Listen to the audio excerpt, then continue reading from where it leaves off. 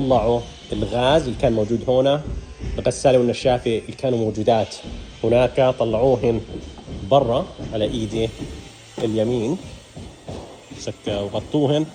وكمان عندنا هنا الجبسن بورد، بعرف شو هذا بالضبط الصراحة، بس لازم اتأكد واشوف.